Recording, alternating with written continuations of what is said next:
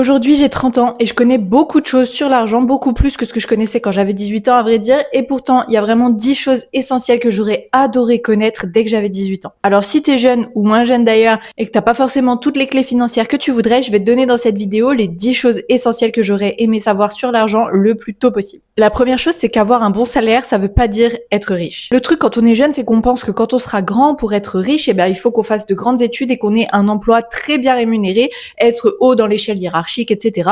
pour avoir plein d'argent chaque mois. Si tu gagnes beaucoup, mais que chaque mois tu dépenses exactement tout l'argent que tu as gagné, en vrai, tu t'enrichis pas vraiment parce que si tu n'as aucun actif qui te crée de la valeur, si tu es toujours dépendant d'une seule source de revenus, pour moi, ça, c'est pas être riche. Avoir beaucoup d'argent, mais tout dépenser chaque mois, bien comme ça, on ne s'enrichit pas vraiment. On est vraiment dépendant et tout peut changer du jour au lendemain et c'est pas ça, être riche. Donc, c'est pas forcément après ça qu'il faut courir si tu veux t'enrichir et aussi bien gérer ton argent, c'est pas non plus une histoire de revenus. Tu peux avoir des petits revenus ou avoir un petit salaire et puis pour autant bien gérer ton argent, t'enrichir quand même mois après mois. En fait, c'est vraiment pas un souci, c'est pas forcément que une question de revenus, de bien gérer son argent et de s'enrichir. Et ça, c'est important que tu le comprennes au plus vite. Essaye pas d'attendre de gagner plus pour essayer de bien gérer ton argent et de t'enrichir, tu peux le faire dès le début. La deuxième chose aussi très importante, c'est que être riche, c'est un peu subjectif. En réalité, moi, je t'ai dit juste avant que ça veut dire posséder des actifs, etc. En vrai, ça dépend de chacun. Chacun le voit de son point de vue. Pour certaines personnes, ça va être dépenser beaucoup d'argent chaque mois. Pour certaines personnes, ça va être ne pas avoir besoin de travailler. Pour certaines personnes, ça va être simplement travailler très peu et puis faire pousser des légumes dans leur jardin. Ça leur suffit pour vivre et ça, pour eux, c'est être riche. En fait, ça dépend vraiment de tout le monde. Il n'y a pas une définition claire qui vaut pour tout le monde. L'essentiel dans tout ça, c'est de trouver le style de vie qui toi te convient, qui toi te plaît et d'avancer vers cet objectif. Mais t'es pas obligé de vouloir le style de vie de ton voisin ou de Pierre-Paul Jacques. En tout cas, peu importe ce que pensent les gens autour de toi et ce que les autres définissent comme richesse, l'essentiel c'est de trouver ce qui toi te convient et vraiment d'aller vers cet objectif et de te concentrer là-dessus. La troisième chose, c'est que simplement économiser de l'argent, ça va jamais te rendre riche. Tout simplement parce que économiser, ça ne bat pas l'inflation. L'inflation, c'est l'augmentation du coût de la vie. Année après année, la vie coûte de plus en plus cher et donc simplement maintenir ton style de vie actuel année après année, ça coûte de plus en plus d'argent. Et en général, si tu fais que épargner dans ta vie, ton épargne, au final, elle perd de la valeur. Soit tu as de la chance, le livret A ou là où tu places ton épargne, ça suit à peu près le pourcentage de l'inflation et tu as vraiment de la chance, mais en général, c'est pas vraiment le cas. L'inflation, ça va beaucoup plus vite que tous les taux basiques des livrets d'épargne.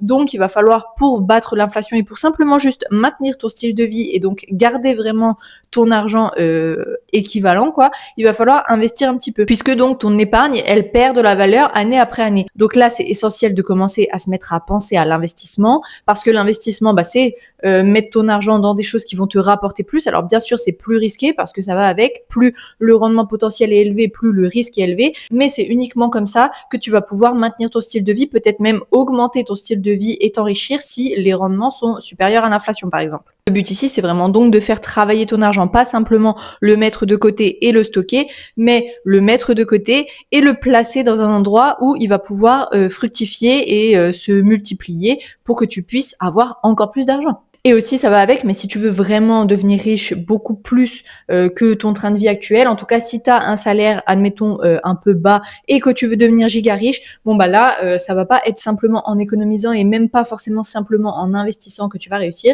mais il va falloir commencer à entreprendre, par exemple, pour vraiment gagner plus. C'est vraiment en gagnant plus que tu vas pouvoir investir plus pour t'enrichir encore plus et aller très vite et devenir vraiment très riche, mais c'est pas simplement en économisant que tu vas réussir. Si tu as un salaire limité chaque mois, il y a une limite aussi à ce que tu vas pouvoir économiser. Alors que si tu essayes de gagner plus, là, les gains sont potentiellement infinis. Donc après, il y a plusieurs formes d'investissement qui peuvent aussi te permettre de gagner plus d'argent, de faire des coups comme ça pour t'enrichir assez vite.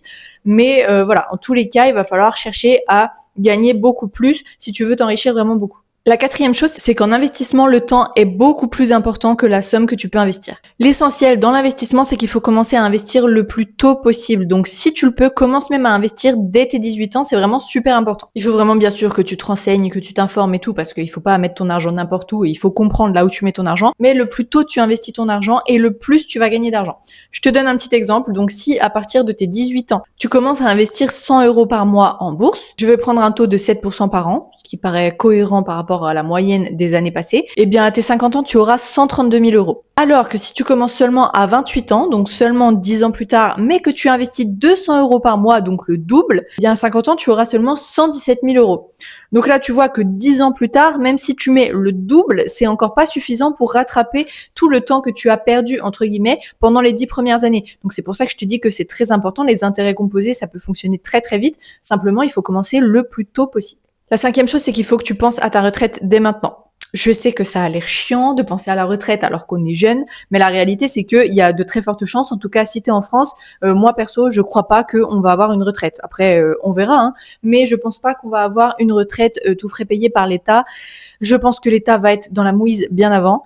Donc, perso, ça fait des années que je prends en main ma propre retraite et que je prévois moi-même de financer ma propre retraite. Et je pense qu'on devrait tous avoir cet objectif parce que, voilà, j'ai pas envie de travailler jusqu'à mes 90 ans parce que personne peut me payer ma retraite et que sinon je peux pas vivre. Donc, dès maintenant, je pense à ma retraite et il faut que tu le fasses toi aussi et que tu commences dès maintenant à essayer de financer ta retraite. Donc, pour ça, c'est pareil, ça va avec les investissements. En tout cas, il faut que tu investisses suffisamment pour pouvoir couvrir tes besoins une fois la retraite arrivée. Donc, il faut que tu te crées des revenus passifs, donc des revenus avec ton patrimoine en achetant des actifs, des choses qui te rapportent de l'argent. Il faut que tu en achètes plein tout au long de ta vie pour que une fois que tu atteins, 65, 70 ans, ça puisse être suffisant pour te faire vivre. En tout cas, pas forcément une vie super faste, mais te faire vivre suffisamment. Pour calculer ce chiffre, par exemple, alors tu vas déjà calculer les dépenses prévisionnelles annuelles. Compte un petit peu large parce que d'ici là, comme dit, le coût de la vie il sera beaucoup plus important, donc ce sera pas du tout pareil que ce que tu dépenses actuellement. Mais donc, prends un petit peu plus large. Essaye de déterminer de combien d'argent tu auras besoin sur une année pour vivre. Et ce montant, tu peux le multiplier par 25 ou bien le diviser par le rendement prévisionnel de tes investissements. Donc, multiplier par 25, c'est pareil que diviser par 4%. Donc, c'est pour ça qu'on multiplie par 25. C'est l'autre côté mathématique, quoi. Mais ça correspond à un rendement de 4% de tes investissements, qui est somme toute cohérent, hein. Si tu investis en bourse notamment, par exemple, tu vas pouvoir donc soit retirer 4% par an, c'est de là que vient un petit peu ce chiffre. Il est dit que si tu retires 4% de ton capital chaque année, ça baisse pas trop vite et ça peut te permettre de vivre pendant de nombreuses années. Moi, je préfère le voir côté dividende. Je préfère imaginer que mes investissements en bourse me rapportent 4% de dividendes par an. C'est tout à fait plausible, hein. Je suis même un peu plus, donc je pense qu'il y aura plus, mais soyons pessimistes encore une fois. Et donc une fois que tu as fait cette somme, ça te donne ton objectif, le montant que tu dois avoir investi dans des actifs pour que ça puisse te donner suffisamment d'argent pour en vivre à ta retraite. Donc c'est vraiment important que tu connaisses ce chiffre parce que pour moi, ça doit être ton objectif, un de tes objectifs en tout cas, parce que pour moi, il faut que tu prépares ta retraite et que tu la finances, clairement. La leçon 6, c'est que si tu ne regardes pas où part ton argent, eh bien tu ne pourras jamais le gérer. Le truc, c'est que si tu ne regardes pas exactement où part ton argent, il y a de fortes chances déjà que tu dépenses plus que ce que tu crois en réalité, et aussi que tu ne peux pas vraiment maîtriser au final ce que tu fais de ton argent, si tu investis suffisamment, si tu épargnes suffisamment, si tu consommes comme tu le penses. En fait, tu dois absolument avoir une gestion assez précise de ton argent en faisant un budget par exemple et en suivant tes dépenses pas quotidiennement mais au moins une fois par semaine quoi. Donc je t'invite vraiment à faire un budget pour maîtriser toutes tes dépenses, à suivre tes dépenses donc chaque semaine en remplissant ce budget parce que juste le faire c'est pas magique, il faut aussi vérifier que tu suis bien ton budget et c'est uniquement comme ça que tu vas pouvoir déterminer tes objectifs et les atteindre et c'est comme ça que tu peux bien gérer ton argent. Si tu ne regardes pas vraiment ce qui se passe vraiment très précisément, tu peux pas gérer ce qui se passe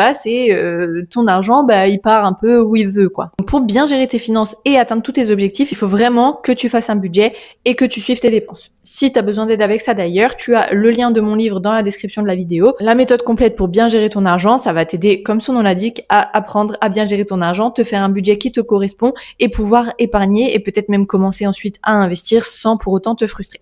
La 7e chose, c'est que tu ne dois pas te comparer au style de vie des autres. Parce que c'est trop facile de te dire, oui, alors mes copains, ils ont le même âge que moi et pourtant ils ont déjà une grande maison et une grosse voiture, alors que moi, je vis dans un petit appart et j'ai même pas de voiture, par exemple. Donc c'est trop facile de se comparer juste avec l'âge. Mais en réalité, tu peux pas te comparer à tout le monde sur simple prétexte que vous avez le même âge. Les vies sont totalement différentes, leurs objectifs sont sûrement différents, leur style de vie est différent et ce qu'ils aiment faire, leur hobby, tout ça est très très différent. Parce que peut-être juste, ok, qu'ils ont plus de revenus, auquel cas, bah oui, ok, ils gagnent plus que toi, donc ils dépensent plus. C'est pas pour autant qu'ils ont plus réussi que toi dans la vie d'ailleurs. Parce que si ça se trouve, eh bien, ils font que travailler et ils ont pas forcément de temps libre, alors que toi, t'as plein de temps libre avec ton taf actuel et c'est ce qui te plaît le plus. Ton entourage, peut-être que ils ont pas forcément envie de s'enrichir, eux, ils ont pas d'objectif comme ça dans leur vie, donc ils s'en fichent, ils dépensent tout leur salaire chaque mois. Peut-être que c'est leur kiff les voitures, donc évidemment qu'ils veulent une grosse voiture parce que bah juste c'est leur plus gros kiff. Donc voilà, toi par exemple, tu préfères partir en vacances. Il y a plein de choses différentes d'une personne à une autre, tout est différent. Tu peux pas te comparer à ton entourage et en plus tu ne sais pas ce qui se passe dans leur vie, dans leur tête, tu sais pas quels sont leurs objectifs, etc. Et donc n'essaye pas de te comparer et pas la peine de te sentir un peu inférieur ou de te sentir un peu en retard sur ta vie. La 8e chose du coup ça va avec, mais tu ne dois pas suivre forcément tout ce que les gens te disent et suivre le troupeau et ce que tout le monde fait. Si tout le monde t'a toujours dit que la vie c'est comme ça, c'est faire des études, trouver un CDI, acheter une maison, faire des enfants et prendre sa retraite, eh bien devine quoi, c'est pas forcément la vie idéale de tout le monde et c'est pas forcément le chemin à suivre pour tout le monde. Si tu as envie de quelque chose de différent, eh bien fais-le. Et c'est pareil avec tes finances. Si ta famille t'a toujours dit que il faut juste tout dépenser chaque mois, épargner simplement un petit peu et surtout partir en vacances chaque année, bah t'es pas obligé de faire ça si t'en as pas envie. Détermine un objectif qui t'est propre et suis ce chemin et suis le chemin qui est bon pour toi. Parce que ce sera pas forcément celui de ton voisin, encore une fois. Et du coup, bah, t'es pas obligé d'avoir les mêmes habitudes aussi que ton entourage ou que les gens autour de toi ou que ta famille. T'es pas obligé de sortir toutes les semaines juste parce que tous tes potes sortent toutes les semaines. Si pour toi, c'est quelque chose qui ne va pas avec ton objectif et avec le style de vie que tu souhaites, eh bien, ne le fais pas. Et il faut vraiment que t'apprennes à dire non et que tu saches dire non aux gens qui vont se permettre de, d'émettre des jugements sur ta façon de vivre ou sur ta façon de gérer ton argent ou même qui vont essayer de t'entraîner avec eux dans toutes leurs sorties et toutes leurs habitudes. Tu as le droit d'avoir des habitudes différentes de ton entourage et ça c'est pas un souci, mais il faut vraiment que tu sois ferme avec ça parce que c'est sûr que si tu continues simplement à suivre le mouvement et à suivre le troupeau, et tu auras les mêmes résultats que tout le monde et tu vivras pas forcément la vie dont toi tu rêves. En 9e, c'est que être endetté, c'est pas forcément un problème. Si ton taux d'intérêt est pas très élevé, par exemple, eh bien, c'est pas un souci et t'as pas vraiment intérêt à rembourser ça très vite. C'est aussi pas un problème d'être endetté si cette dette te rapporte de l'argent. Par exemple, si c'est un emprunt étudiant ou si c'est un emprunt sur un bien immobilier qui te rapporte de l'argent, par exemple. Ça, c'est vraiment pas un problème. C'est de la bonne dette, c'est de la dette qui te rapporte de l'argent. Et donc, c'est pareil pour une dette qui, ok, même si ça sert pas à ça, si le taux d'intérêt est pas très élevé, j'entends par là des, je sais pas, entre 1 et 2% par exemple. Ça, c'est des taux d'intérêt assez faibles. T'as pas forcément intérêt à le rembourser le plus vite possible parce que ça te coûte pas très cher et en réalité l'argent que tu mets en plus dans ce prêt, tu pourrais plutôt le mettre en investissement et dans ce cas l'investissement te rapporterait beaucoup plus que ça. C'est pas idiot de penser que si tu investis ton argent, ça va te rapporter dans les 4-5% par an, pourquoi pas, ça dépend de ton investissement bien sûr, mais imaginons si tu investis ton argent, ça te rapporte 4-5% par an alors que ton prêt de l'autre côté te coûte 1 à 2% par an. Bon, tu vois bien que t'as pas forcément intérêt à rembourser plus vite ton emprunt. Reste sur la mensualité minimum de ton emprunt et tout ce que tu peux dégager comme argent à côté de ça, il vaut mieux l'investir parce que tu gagnes plus que ce que te coûte l'emprunt. Donc, c'est comme ça un petit peu que tu peux manager ta dette. C'est pas toujours une mauvaise chose d'être endetté. Ça se discute, ça se calcule et ça s'analyse, mais c'est pas forcément toujours un problème. Par contre, la leçon numéro 10, c'est que moi, je pense perso que les paiements en plusieurs fois, c'est un vrai problème. Parfois, ça paraît un petit peu trop facile pour tout le monde de payer en plusieurs fois. Oui, de toute façon, ça revient au même. Mais je trouve toujours qu'il est beaucoup plus intéressant et beaucoup mieux d'épargner en amont la somme dont tu as besoin. Si tu veux t'acheter quelque chose à 1 000 €, eh bien, tu épargnes les 10 mois précédents 100 € plutôt que de payer en 10 fois, même sans frais, 100 € les mois suivants. Tout simplement parce que c'est beaucoup plus intéressant et beaucoup plus sûr de te devoir de l'argent à toi-même plutôt qu'à un créancier ou d'avoir ces 100 € qui se débitent automatiquement chaque mois sur ton compte. Parce que si dans quelques mois, t'as un mois un petit peu plus difficile, t'as une dépense imprévue ou quoi, ça t'embête en fait d'avoir ces 100 € qui passent pour t'être acheté ton dernier téléphone. Alors que si tu économises en amont, si tu sautes un mois, c'est pas très grave, tant pis, tu l'achèteras un mois plus tard ton téléphone, mais bon, c'est pas un drame, tu vois, c'est que à toi-même que tu dois de l'argent et donc c'est pas un problème. Mais vraiment pour moi, avoir des mensualités comme ça, c'est juste des choses qui vont rendre beaucoup plus difficile ta gestion financière et je trouve que ça n'a pas de sens de se compliquer la vie comme ça. Et aussi en plus ça travaille un petit peu ta discipline d'épargne et au final quand tu achètes la chose, tu l'auras mérité parce que ça fait des mois que tu économises pour ça. La dynamique est vraiment très différente. Peut-être que financièrement à la fin ça revient au même, mais je trouve qu'il y a quand même beaucoup de facteurs qui font que c'est bien mieux d'économiser en amont. Voilà pour les 10 leçons que j'aurais aimé savoir le plus tôt possible dans ma vie, que j'ai appris finalement au fur et à mesure de ma vingtaine. J'espère en tout cas que ça t'a plu, que ça t'a aidé, peut-être que tu as appris des choses. On se retrouve bientôt dans la prochaine et d'ici là, n'hésite pas à me retrouver sur tous mes réseaux sociaux.